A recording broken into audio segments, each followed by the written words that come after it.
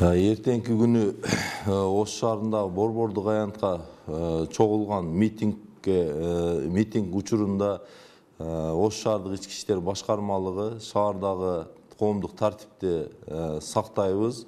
Бул боюнча иш-чаралар түзүлгөн. Ал иш-чаралар боюнча азыр иш жүрүп атат.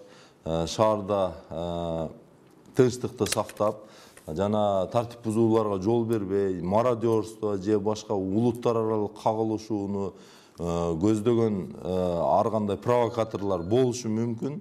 Бирок биз ал оюна биз жол бербейбиз. Ош шаардык ички иштер жалпы эле күч түзүмдөрүн, укук коргоо органдарын эч кандай политикага же башкага аралашпайт.